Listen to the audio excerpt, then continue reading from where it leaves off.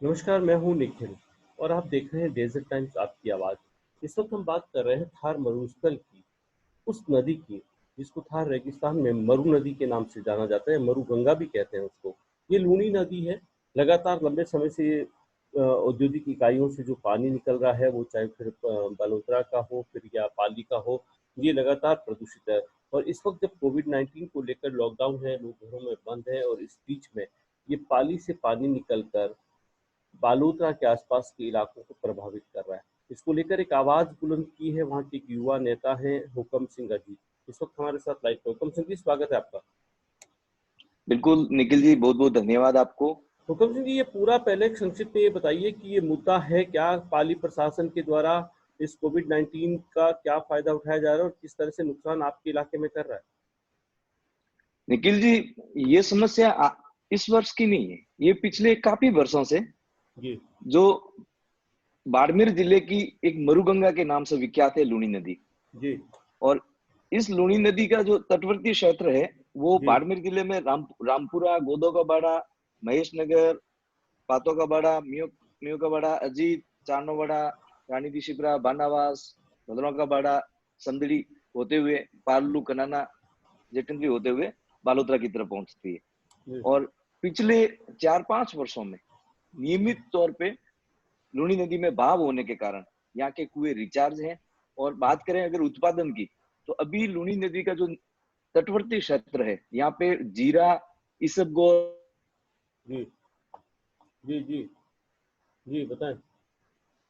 राइडा और गेहूं की बम्पर 3-4 वर्षों में इस बम्पर पैदावार को अगर किसी ने प्रभावित किया है, तो वो पाली की जो औद्योगिक इकाइयां हैं, जो जी, कपड़े के कल कारखाने हैं, उन कल कारखानों से रसायन युक्त जो दूषित पानी का जो जल प्रवाह है, वहां के औद्योगिक इकाइयों के जो मालिक हैं, वो वहां के प्रदूषण नियंत्रण बोर्ड हैं, उस बोर्ड के अधिकारियों के साथ मिली भगत कर पूर्ववर्ती भाजपा सरकार में वहां के इकाइयों के मालिकों के द्वारा जो साठ गांठ करके प्रत्येक वर्ष जो पाली शहर का जो सीवरेज का जो पानी है वो वहां के पास के नेहड़ा बांध है, उस नेहड़ा बांध में वो पानी इकट्ठा होता है। जी, लेकिन इसके साथ साथ जी, अधिकारियों से मिली भगत कर जी, जी, जी, बताएँ। अधिकारियों से मिली भगत कर जी, और वहां के औद्योगिक इकाइयों के मालिक उस सीवरेज के पानी के जो गंदे नाले हैं, उन पानी चोरी छुपके उन नालों में वो पानी छोड़ देते हैं और वो जी, पानी वहां नेहड़ा बांध में आकर इकट्ठा हो जाता है। जी, और फिर क्या करते हैं, प्रत्येक वर्ष जब जी, मानसून आने का समय होता है, उससे कुछ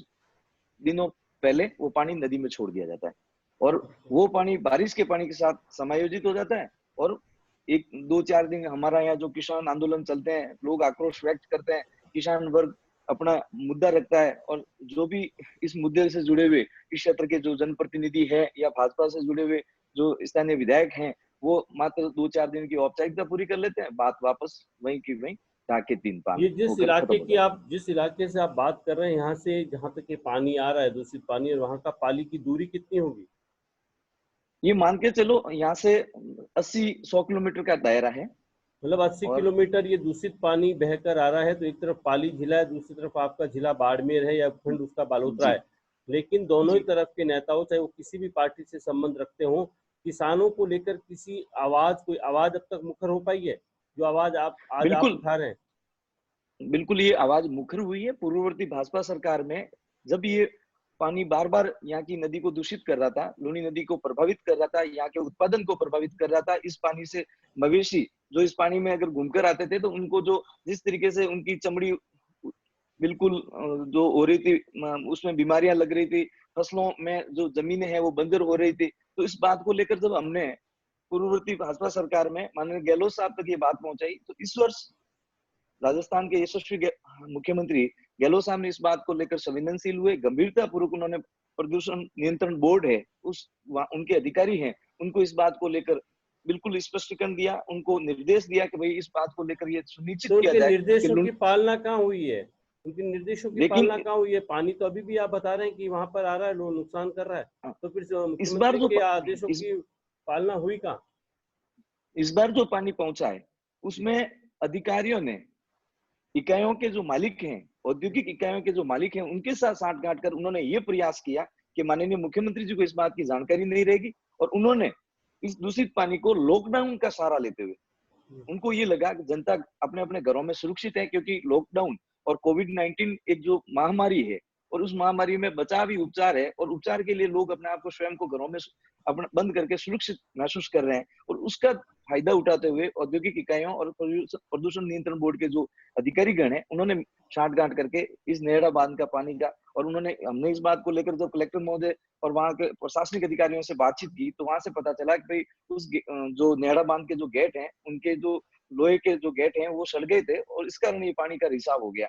लेकिन उन्होंने कहा समय रहते ही बंद भी हो जाएगा, लेकिन उनका कहना बंद करने का कहना मान गए, लेकिन उस समय सीमा में ये पानी तो समझड़ी तक पहुंच गया, तो ये हमारे लिए घातक है। दूसरी बात, इस लूनी नदी में पूर्ववर्ती भाजपा सरकार में माननीय उच्चतम न्यायालय द्वारा जो बजरी खनन पर रोक लगी, लेकिन बजरी खनन की उस रोक में यहाँ के स्थानीय नेताओं, विधायक और उनकी वरदहस्त में जो बजरी माफिया पनपे और उनका जो अंधाधुंध बजरी खनन था, उस बजरी खनन में जो ये दूषित पानी का भराव हुआ, और उस भराव क्षेत्र से जो जमीन कुएं रिचार्ज हुए, उस कुएं रिचार्ज से जो पानी, जो खेती सिंचित हुई, जमीनें बंजर हुई, उसका जो परिणाम हम लोग भुगत रहे हैं वो तो और ही भयानक है। तो कुल मिला के अभी एक पूरा मुद्दा है, आपकी जो मरुगंगा है, आपकी लूनी नदी है, वो पाली की तरफ से जो पानी आ रहा है, दूषित पानी, रासायनिक पानी, उससे प्रभावित है। लेकिन ये लॉकडाउन का पीरियड है, इसलिए चूंकि आप तमाम जो आवाज़ को मुखर करने वाले लोग हैं वो अपने घरों में, हम उम्मीद करते हैं कि अगर हमारा ये शो सरकार, ये सूबे के जो हुक्मरान हैं, अगर वो देख रहे हैं, आपके जनप्रतिनिधि वहाँ के देख रहे हैं, जिनको जनता ने चुना है, अगर वो देख रहे हैं और इस दिशा में अगर वो कोई आवाज उठाते हैं, तो हमें उम्मीद है कि शायद कहीं न कहीं किसानों को राहत मिल जाएगी। हुकम सिंह जी, ये मुद्दा आपने बिल्कुल उठाया निखिल है जी। अपने क्षेत्र से, एक अच्छा मुद्दा है। डेजर्ट टाइम्स जो है, हमारा कैचवर्ड भी यही है कि हम डेजर्ट टाइम आपकी आवाज़ हैं, हम आपकी आवाज़ को मुखर करते रहेंगे। आप किसानों से जुड़ी इस तरह की आवाज़ उठाते रहिए, किसानों की जो भी समस्याएं आप हम तक आते रहिए। हमें जब भी लगेगा, हम एक चीज़ ज़रूर आपसे जानना चाहेंगे कि अगर आपके पास कोई वो तस्वीरें हैं जो लूनी नदी को प्रभावित कर रही हैं, अगर आपके मोबाइल में कहीं सेव है, तो एक बार आप हमें दिखा पाएंगे वो तस्वीरें क्या हैं, ताकि जो बिल्कुल बिल्कुल जी निखिल जी, ये जी देख लीजिए आप। ताकि प्रशासनिक अधिकारी और जो हुक्मरान हैं, जो सरकार में जो इस वक्त हैं, वो इन तस्वीरों को देख पाएं और शायद कहीं कहीं समाधान निकल आए। आपको तस्वीरें एक बार दिखाइएगा। जी जी, ये सारा वो पानी है जो वहां से पाली से होकर यहाँ तक आ रहा है, जो आप दिखा रहे, हाँ, जो आपने अपने कैमरे में कैद किया है। केमिकल युक्त पानी है, और ये कुएं जो रिचार्ज हो इस रहे हैं, फोन ये को थोड़ा कुओं आप में यूं जो करिए हॉरिजेंटल में, ताकि देख पाए हम उसको ढंग से। ये हुकम सिंह अजीत हैं, युवा नेता हैं, समदड़ी इलाके से, जो लूनी नदी में जो पानी आया है पाली की तरफ से, वो ये तस्वीरें दिखा रहे हैं। थोड़ा हाँ स्क्रीन के सामने करिए। देखिए, ये वो लूनी नदी है जो थार मरुस्थल में, इसको मरुगंगा के नाम से जाना जाता है। ये नदी लंबे समय से औद्योगिक इकाइयों से निकलने वाले पानी से दूषित है, और उसी को लेकर ये युवा नेता हैं, संघर्ष कर रहे हैं, किसानों की बात उठा रहे हैं। क्योंकि लॉकडाउन है, सब एक साथ इकट्ठा नहीं हो सकते, इकट्ठा होना भी नहीं चाहिए, इसलिए ये बात इन्होंने हमारे सामने रखी थी, और हम अपने मन से ये बात सरकार तक पहुंचाना चाहते हैं, ताकि किसानों को इस पे राहत मिले। हुकम सिंह जी, बहुत बहुत धन्यवाद आपका हमारे शो में आने के लिए और किसानों का दर्द बताने के लिए। बिल्कुल धन्यवाद निखिल जी, आपने किसानों की पीड़ाओं को समझा और इस मुद्दे को आम जी जनता के बीच में लेकर आए। जी। बहुत बहुत धन्यवाद। जय हिंद।